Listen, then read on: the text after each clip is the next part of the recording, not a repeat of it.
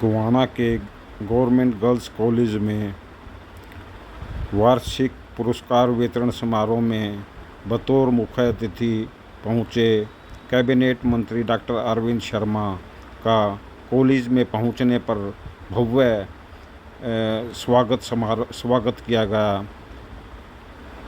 NCC के cadets ने सलामी दी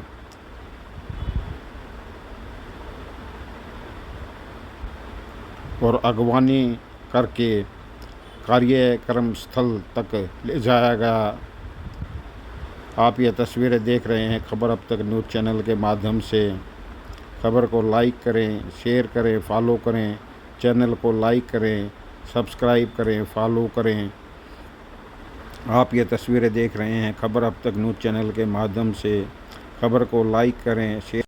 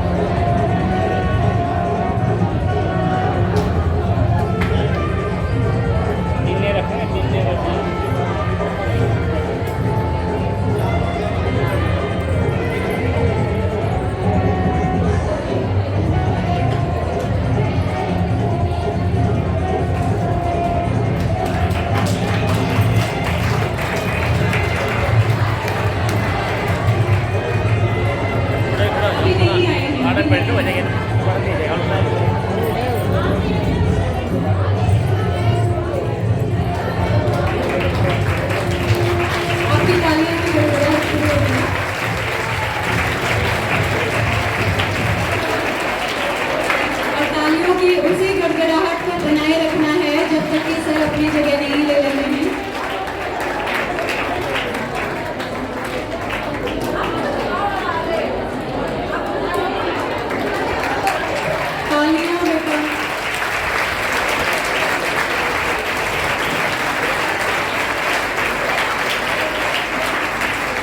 बेटा प्लीज फोटोग्राफी छोड़ करके आप तालियां बजाइए।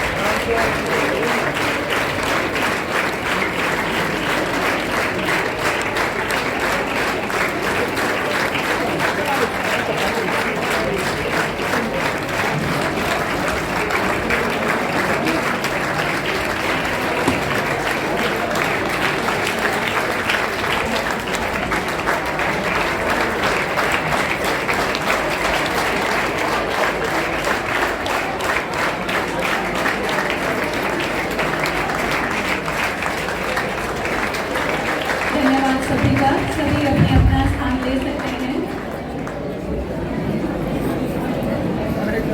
इस सभागार में उपस्थित सभी को मेरा नमस्कार। मैं डॉक्टर रेखा, सहायक प्राध्यापक रसायन विभाग, राजकीय महिला महाविद्यालय गोहाना की तरफ से आप सभी का इस गरिमामय समारोह में हार्दिक स्वागत करती हूँ। आज हमारे महाविद्यालय के लिए एक बहुत ही महत्वपूर्ण दिन है। आज हम अपने वार्षिक पुरस्कार वितरण समारोह का आयोजन कर रहे हैं और सबसे गर्व की बात यह है कि आज हमारे मध्य मुख्य अतिथि के रूप में डॉक्टर अरविंद शर्मा जी, कैबिनेट मंत्री, हरियाणा उपस्थित हैं। माननीय मुख्य अतिथि जी, आपकी अनुमति से क्या हम इस कार्यक्रम का शुभारंभ कर सकते हैं? आपकी अनुमति के लिए धन्यवाद श्रीमान।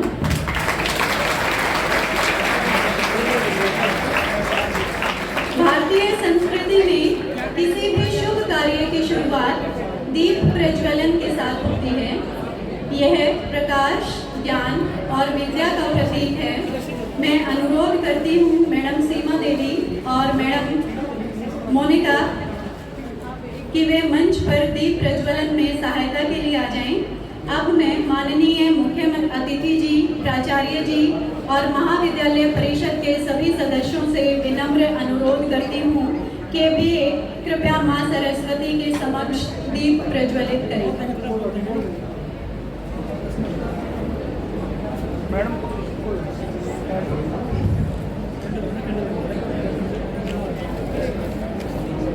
यह दीप हमारी संस्कृति का अभिन्न अंग है, जो हमें अंधकार से प्रकाश की ओर ले जाता है।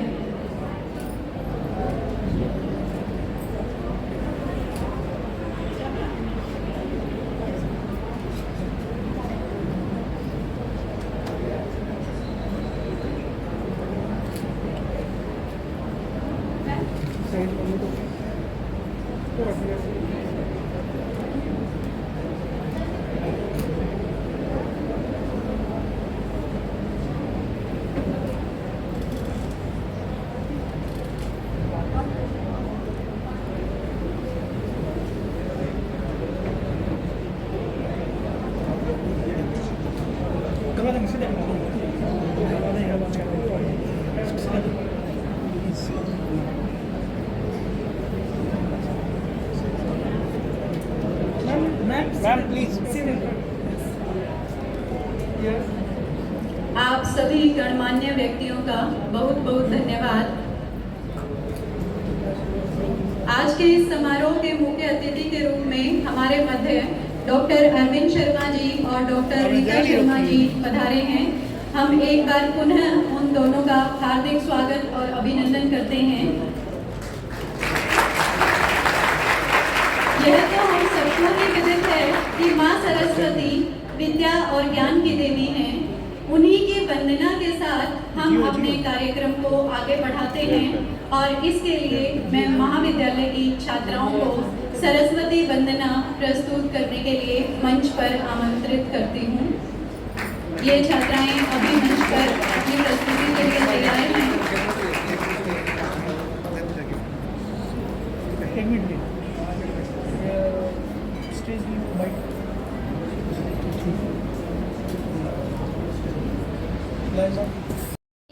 ज्ञान की देवी अपनी दया बरसा देना, मेरे सिर पर हाथ धरो माँ, ज्ञान की ज्योति जगा देना, ज्ञान की ज्योति जगा देना। वीणा वादिनी ज्ञान की देवी अपनी दया बरसा देना, मेरे सिर पर हाथ धरो माँ, ज्ञान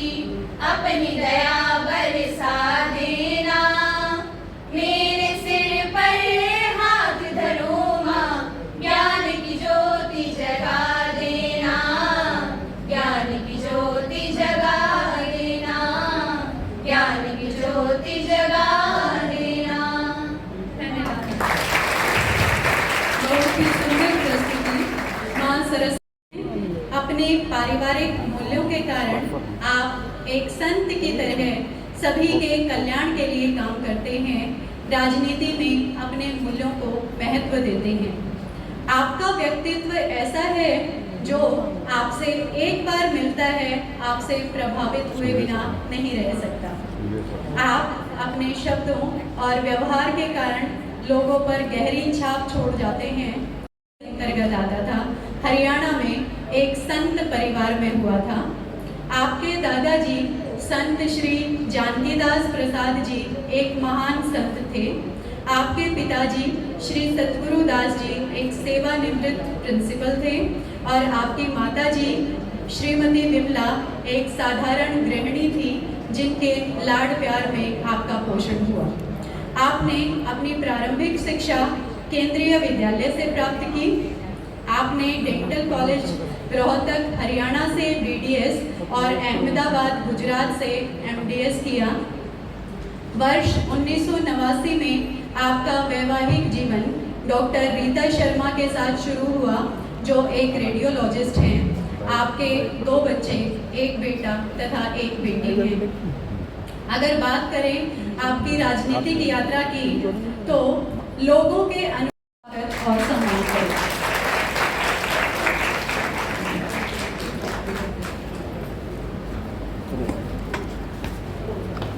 यह हम सभी के लिए सौभाग्य की बात है कि आज हमें मुख्य अतिथि जी का आशीर्वाद प्राप्त हो रहा है। मुख्य अतिथि जी के लिए कुछ पंक्तियां मेरे जेहन में विचरण कर रही हैं। समय निकालकर जो आए हैं आप आज यहाँ, समय निकालकर जो आए हैं आप आज यहाँ, बढ़ा दिया है इस समारोह का मान।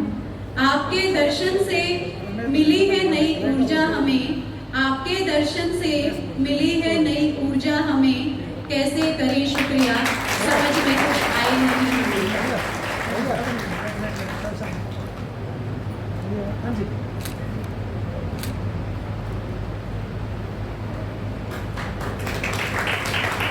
मैडम रीता शर्मा जी।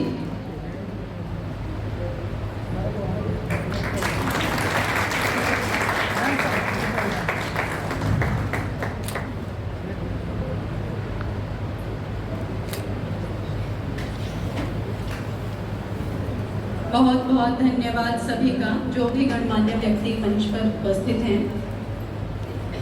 अब मैं हमारे महाविद्यालय के प्राचार्य जी को आमंत्रित करती हूँ कि वह महाविद्यालय की वार्षिक रिपोर्ट आप सबके समक्ष प्रस्तुत करें। यह रिपोर्ट महाविद्यालय की प्रगति और उपलब्धियों का एक विस्तृत विवरण है।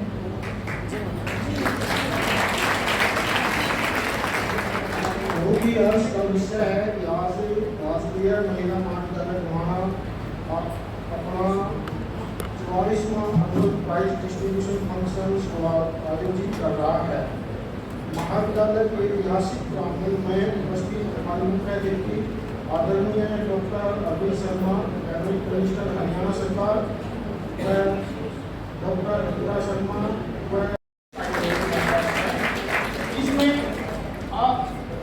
हिंदी और अंग्रेजी के 8 समाचार पत्र और 14 पत्रिकाएं आती हैं।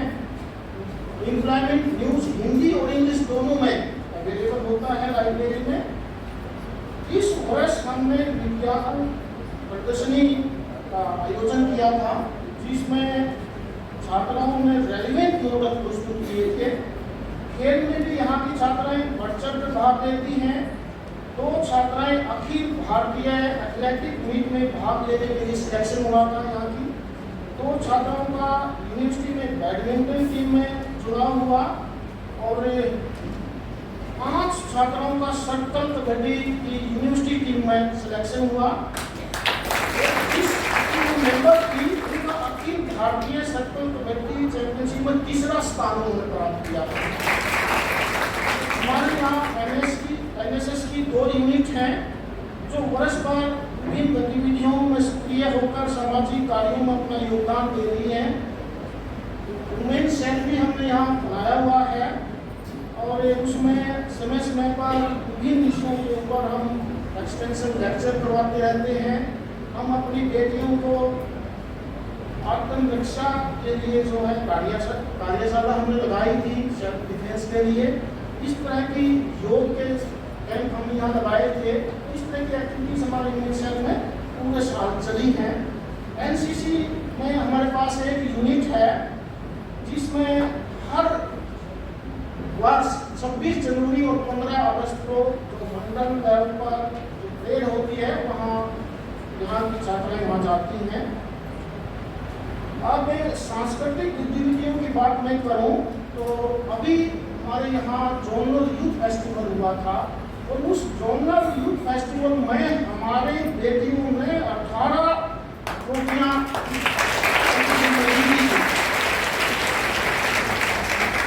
हमने वर्षभर सांस्कृतिक कार्यक्रम आयोजित करते रहते हैं ताकि हमारी बेटियां हमारी संस्कृति से जुड़ी रहें। हम समय समय पर जो है कॉलेज से टूर भी भेजते हैं और इस साल हमने 3 जगह अपने जो बच्चों को भ्रमण के लिए भेजा था। अब मैं कुछ हमारे यहाँ अभाव हैं इंफ्रास्ट्रक्चर का आवश्यकता है के बारे में बात करूँगा। एक तो हमारे यहाँ जो बिल्डिंग जिस बिल्डिंग में हम बैठे हैं 2017 में DMDR ने एक एंडम घोषित कर दी थी और तभी से हम प्रयास कर रहे हैं कि यहाँ इस बिल्डिंग को डिमोलिश करके नई बिल्डिंग यहाँ खड़ी करी जाए और उसके लिए हमने काफ़ी पत्राचार किया हुआ है सरकार के पास और उम्मीद करते हैं कि वो जल्दी ही हमारा बनेगा। मंत्री जी हमारे साथ बैठे हैं। दूसरा, लाइब्रेरी को हम डिजिटल करवाना चाहते हैं। हमारी बेटियां यहाँ सुबह 8 बजे घर से कॉलेज में आ जाती है। कॉलेज का लगने का टाइम होता है 9 बजे। हम चाहते हैं कि जो बच्चा गांव से 8 बजे कॉलेज में पहुंच जाता है तो एक ऐसी लाइब्रेरी हो जहां कंप्यूटर रखे हो, इंफ्रास्ट्रक्चर हो, वो पूरा टाइम जो वेस्ट बच्चे कर रहे हैं वो लाइब्रेरी में बैठकर उसका यूटिलाइज करने से लेगा। और उसके लिए हम मांग करते हैं कि हमारे को 25 लाख की अपने जो मंत्री का कोटा है उसमें से दे जाए ताकि हम लाइब्रेरी को विस्तार कर सकें।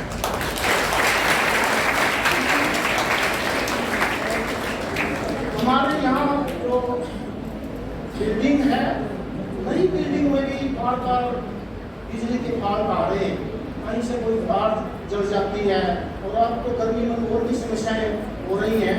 तो मैं चाहते हैं कि नई फिटिंग, खासकर जो नई बिल्डिंग है वहाँ भी ये समस्याएं हैं तो वो जो है नई फिटिंग करवाई जाए और कॉलेज के अंदर स्ट्रीट लाइट का अभाव है वो लगाया जाए।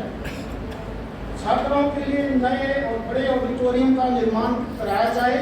अगर हमारे पास बहुत बड़ा स्पेस होगा तो ये पूरा 2000 लगते हैं प्रोजेक्ट होती।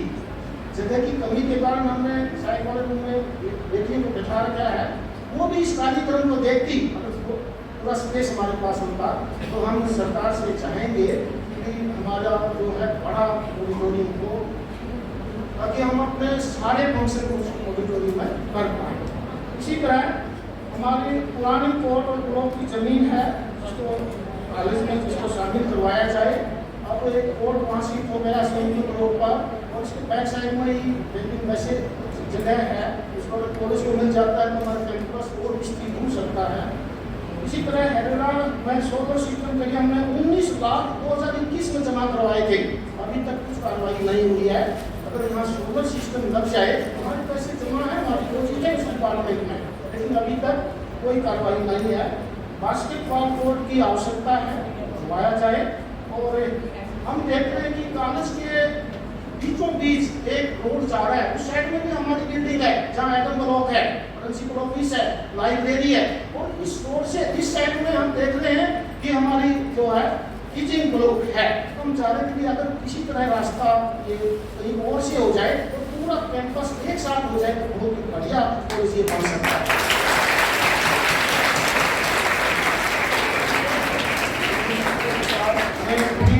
जो भी हमारे मुख्य अतिथि आदरणीय डॉक्टर अरविंद कुमार शर्मा जी, डॉक्टर गीता शर्मा जी और उनके साथ जो भी विशिष्ट अतिथिगण जो भी हॉल के अंदर बैठे हैं उनका फिर स्वागत अभिनंदन करता हूँ। Thank you. धन्यवाद प्राचार्य महोदय।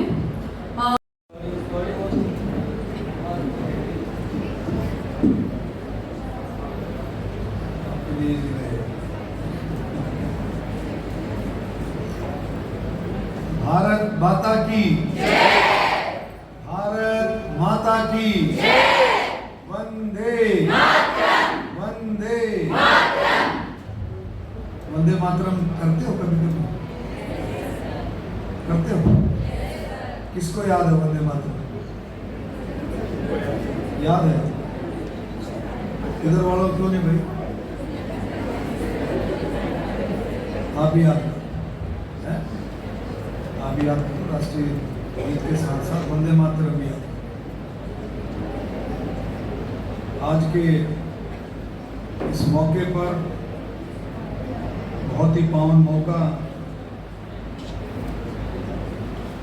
वार्षिक जो है आपका एनुअल फंक्शन जो है ये 44वां एनुअल फंक्शन है और सभी आपके विद्यार्थी, स्टूडेंट्स और अपने स्टाफ के मेंबरान, प्रिंसिपल साहब, शमशेर हुड्डा जी, दो शमशेर तुम ले रहे हो, एक शमशेर हुड्डा जी, शमशेर भंडेरी जी हैं, 2 शमशेर आपके पास हैं। और अपने सभी स्टाफ के मेंबरान, डॉक्टर गीता शर्मा, ज्योति चहल जी और भी बहुत सारे, श्रीमती अंजू कौशिक जी, अनिल जी, श्रीमती रेखा मन संचालन कर रही थी, शंभू राठी जी, संदीप चोपड़ा जी, जितेंद्र जी, अनिल जी और भी आपके स्टाफ के मेंबरान और प्रेस के भाई। आज इस मौके पर प्रिंसिपल साहब ने अपनी बातें सारी रखी। किस तरह से कॉलेज, किस किस को ये पता है कि कॉलेज कब बना था? एक 81 में। आप बताएं बेटे। हाँ, मेरी ये 1966 में कॉलेज बना और किस किस को ये पता है कि इस कॉलेज को बनाने का उद्देश्य क्या था? तो वो एक कोई पता है, बताएं बेटे। भारत और पाकिस्तान का युद्ध हुआ था ना, तो उसमें जो शहीद हुए थे उनकी याद में बनाया गया था। और पहले कॉलेज का नाम था Haryana war heroes memorial college.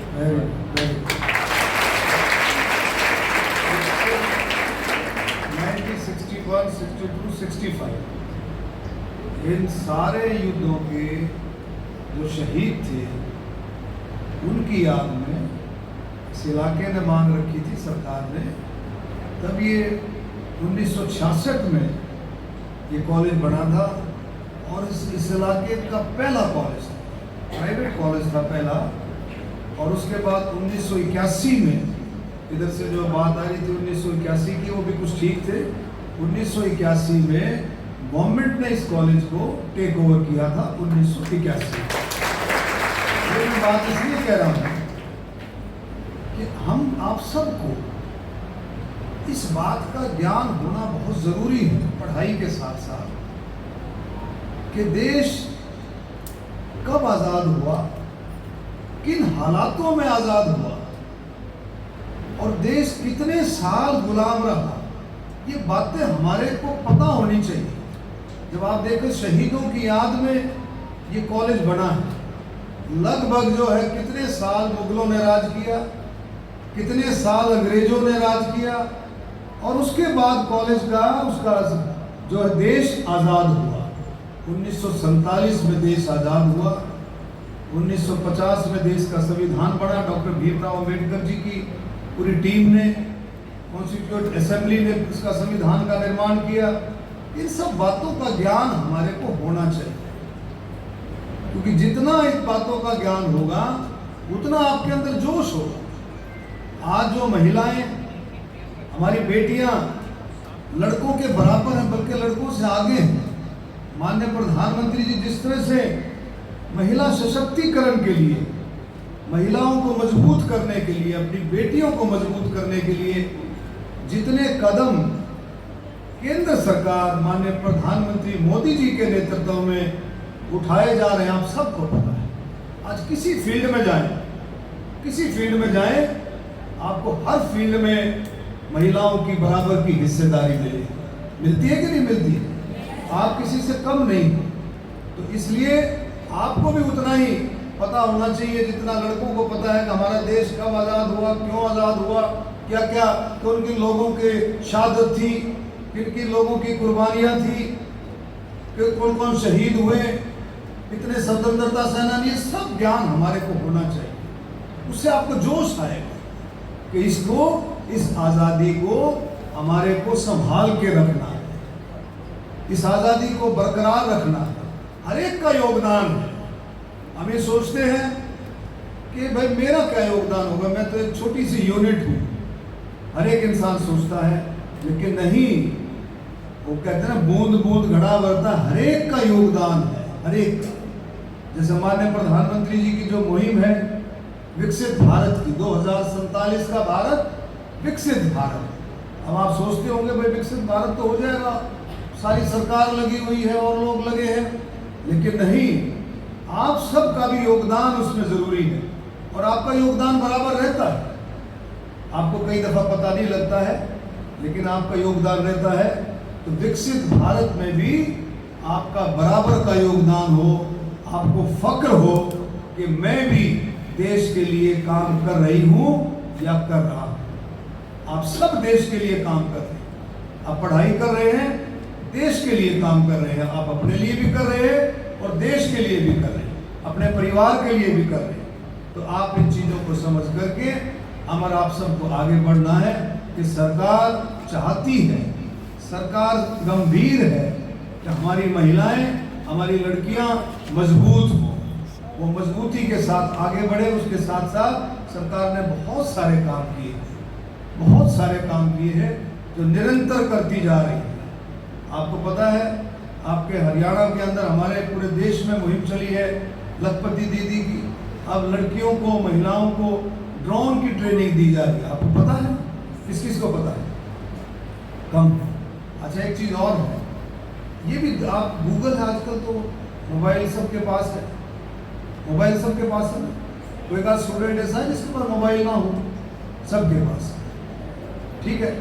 तो सबके पास मोबाइल है, आप सर्च भी करते हैं और सारा देखते हैं कि कौन कौन सी योजनाएं केंद्र सरकार की, हरियाणा सरकार की कौन कौन सी योजनाएं और कौन कौन सी योजनाएं महिलाओं के लिए हैं। उन बातों को भी हमारे को गहराई से जाना है, देखना है। चाहिए उस योजनाओं का लाभ आप मत लो, लेकिन आपको जानना है, आपको जानना चाहिए कितना काम सरकार आपके लिए कर रही है। अब रही बात कॉलेज की, कॉलेज के प्रिंसिपल साहब ने बताया, मुझे बड़ी खुशी हुई कि आपका बहुत ही एक्स्ट्रा ऑर्डिनरी, आउटस्टैंडिंग कॉलेज। आपको फक्र होता है कि भाई हम जो है वहाँ गर्ल्स कॉलेज की स्टूडेंट्स, अच्छा लगता है आपको? तो ये कितनी बड़ी बात है कि आप ऐसे कॉलेज की स्टूडेंट्स हैं जहाँ हर एक्टिविटीज़ में आप आगे हैं। आप एजुकेशन में भी आगे हैं, आप स्पोर्ट्स में भी आगे हैं, आप कल्चरल एक्टिविटीज़ में भी आगे हैं और एक्स्ट्रा करिकुलर एक्टिविटीज़ में भी आगे हैं।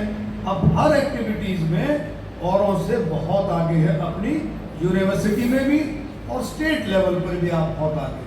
और मेहनत करेंगे, प्रशासन आपके साथ है, स्कूल कॉलेज प्रशासन, कॉलेज के सभी हमारी टीचर साहिबान, हमारे प्रोफेसर, सभी आपके साथ मिल करके सारे के सारे काम करते हैं।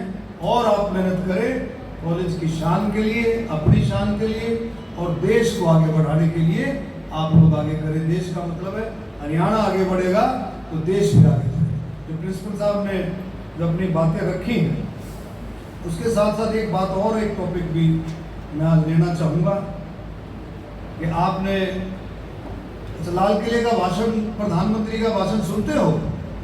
डायरेक्ट भाषण। अच्छा, सारे नहीं सुनते, कम सुनते।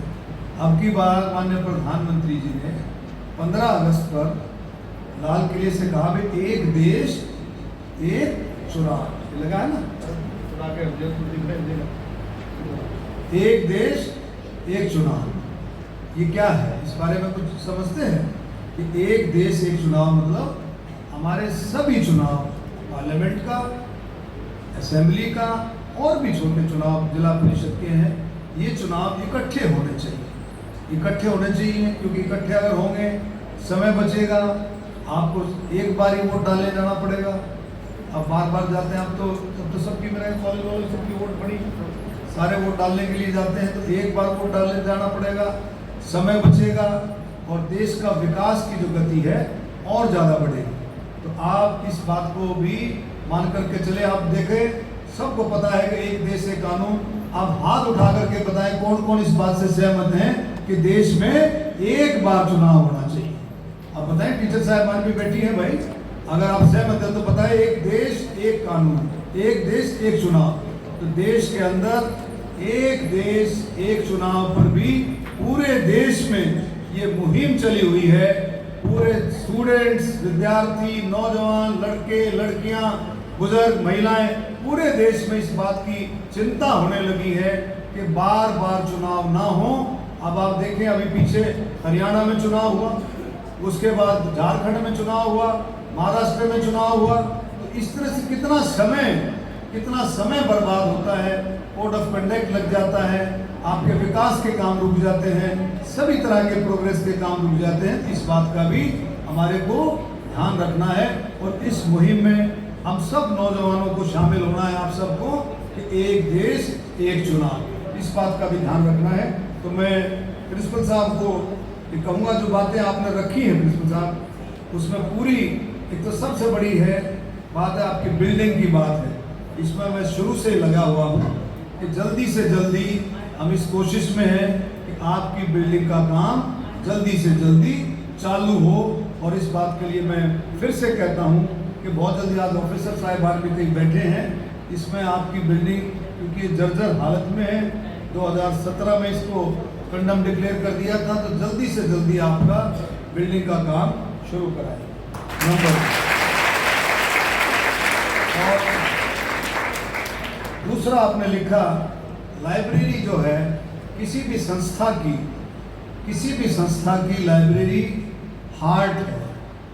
लाइब्रेरी किसी भी संस्था का दिल होता है, इट्स वेरी इंपॉर्टेंट। और लाइब्रेरी में जैसे आपने बताया कि हमारी बेटियां जल्दी आती हैं, 8 बजे आ जाती है। अगर किसी की क्लास नहीं है तो अगर लाइब्रेरी में वो बैठे तो उसको और अच्छा लगेगा, वो वहाँ से कुछ न कुछ सीखेगी। और इस सरकार में तो लाइब्रेरी में बैठना बहुत ज़रूरी है, क्योंकि आप सबको पता है जितनी पारदर्शिता 10 साल 11 साल में आई है, इतनी पारदर्शिता कभी भी नहीं थी, प्रशासन में भी और नौकरियों में। नौकरियां तो हर चाहता है, महिलाएं भी चाहती हैं, लड़कियां भी लड़के भी। जितनी पारदर्शिता आई है, जितनी ट्रांसपेरेंसी, जितनी ईमानदारी से हरियाणा में इस 11 साल में, लगभग 11 साल में नौकरियां मिली हैं, ऐसा कभी पहले नहीं हुआ। तो मैं उम्मीद करता हूं कि जो हमारी बेटी लाइब्रेरी में बैठने का, जिसको शौक हो गया, जिसको लाइब्रेरी में बैठने की एडिक्शन हो गई बैठने की, वो मैं गारंटी से कहता हूं वो कभी भी अपने जीवन में पीछे नहीं रह सकती। वो कदम पे कदम आगे से आगे बढ़ती चलेगी जो लाइब्रेरी में बैठने लगे। तो library is very important. Principal साहब ने तो बात रखी है और मुझे अच्छा लगेगा। आपके पास लाइब्रेरी की जगह तो है, जगह है। प्रिंसिपल साहब ने 25 लाख की डिमांड की है, मैं 25 के 25 ही मंजूर करता हूँ लाइब्रेरी।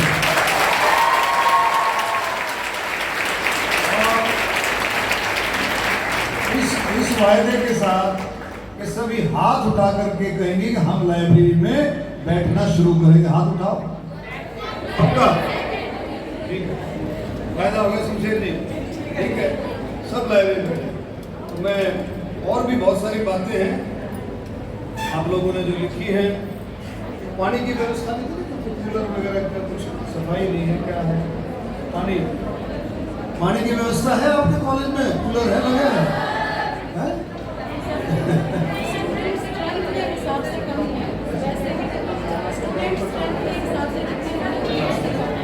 अच्छा भाई, 2 कूलर आपके पानी के वो भी मंजूर हैं।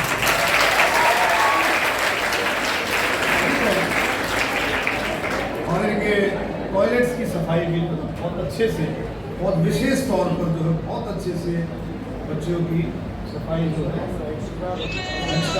शिकायत है। तो और भी बहुत सारी बात रखी है आपके ऑडिटोरियम की, और भी है सारा। आप इस बात की चिंता ना करें, जितनी बात रखी है बास्केटबॉल कोर्ट की बात है। इसमें क्या है? बास्केटबॉल कोर्ट कॉलेज के पास खेलने का अपना नहीं, बास्केटबॉल कुछ बेटियां खेलती हैं बच्चे, बहुत खेलती है सर। कुछ टीम भी अच्छी है तुम्हारी। हमारे बच्चे प्राइज भी लेके आएंगे नेक्स्ट में। चलो मैं इसकी फिजिबिलिटी चेक करा लेता हूँ, ये भी आपका मैं कराऊंगा, बास्केटबॉल कोर्ट भी आपका कराऊंगा। और कॉलेज के बीच रोड हटाने की आवश्यकता है ताकि अच्छा ये रोड जो है तो ये प्रशासनिक बात है, इसमें बातचीत कर लेंगे, इसमें क्या हो सकता है, जो संभव होगा अच्छे से अच्छा उसको करेंगे। और भी जो बातें लिखी हैं, आज मैं आया हूँ आपके बीच में, मैं कहूँगा कि जो बातें लिखी हैं उन बातों पर पूरा अमल करेंगे कि आपकी और ज़्यादा से ज़्यादा मांगे पूरी हों और खूब अच्छे से आप मन लगा करके पढ़ें। और आज मेरी वाइफ भी बीच में है, उसको भी बड़ा शौक था कि भाई गर्ल्स कॉलेज है मैं भी चलूँ।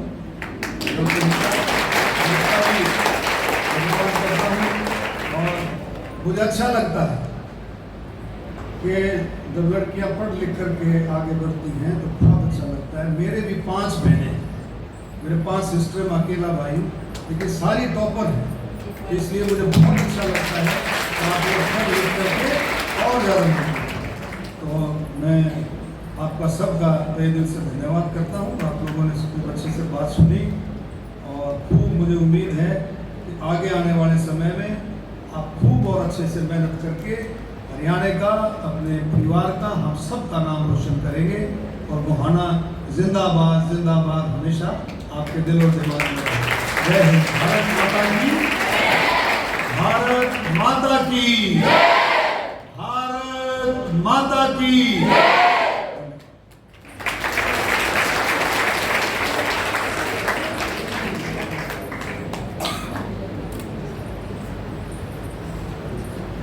धन्यवाद महोदय, आपके अमूल्य विचारों और प्रेरणादायक मार्गदर्शन के लिए।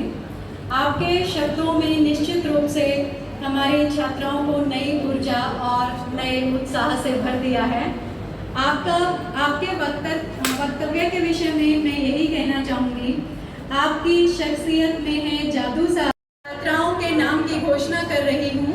नृत्य, गायन जैसी प्रतिभाएं भी एक विशिष्ट गुण होती हैं जो भगवान सभी को समान रूप से प्रदान नहीं करता है। वे सभी छात्राएं इसके तुरंत बाद मंच के पर आए हुए हैं। उन्होंने मंच पर एक बार आने की अनुमति चाहिए है, तो समय के अभाव को देखते हुए sir Priyanka, Jiya, Manasvi, Mamta, Rashmi and group वो सांस्कृतिक गतिविधियों वाले विजेता छात्राओं के बाद अपने अपने निश्चित स्थान पर तैयार रहेंगे।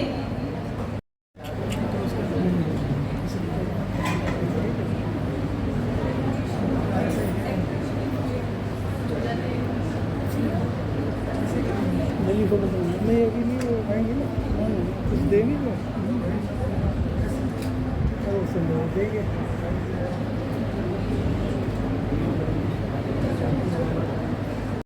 सर्टिफिकेट्स आपके टीचर इंचार्जेस जो आपके साथ बैठे हुए हैं उनके पास अवेलेबल हैं। आप अपने सर्टिफिकेट्स अपने साथ लेकर के आएंगे।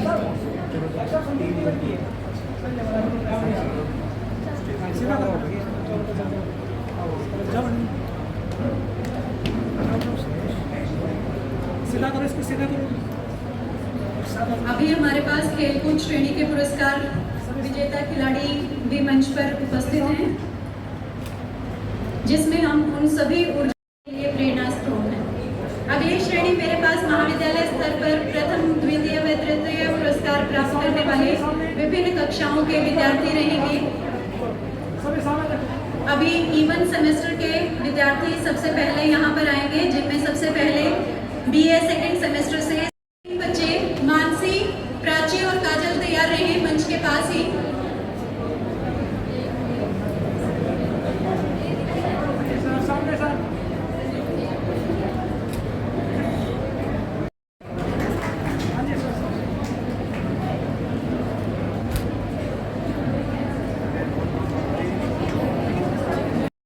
जो विजेता छात्र हैं, खुशबू, गौरी, तन्नू, मंजू, नैन्सी, आंचल, और उसके तुरंत बाद तैयार रहेंगे अगले 7 बच्चे हैं मेरे पास बीकॉम ऑनर्स सेकंड सेमेस्टर और बीकॉम ऑनर्स फोर्थ सेमेस्टर से। शालू, मेघा जैन, निशा, तानिया, अंकिता, सेवी गोयल और आरती, ये इसके तुरंत बाद मंच के पास एकत्रित हो जाएंगे।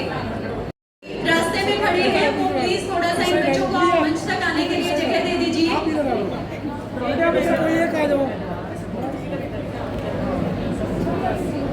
अगले बच्चे आप मंच के पास ही एकत्रित हो जाइए, एक लाइन बना करके।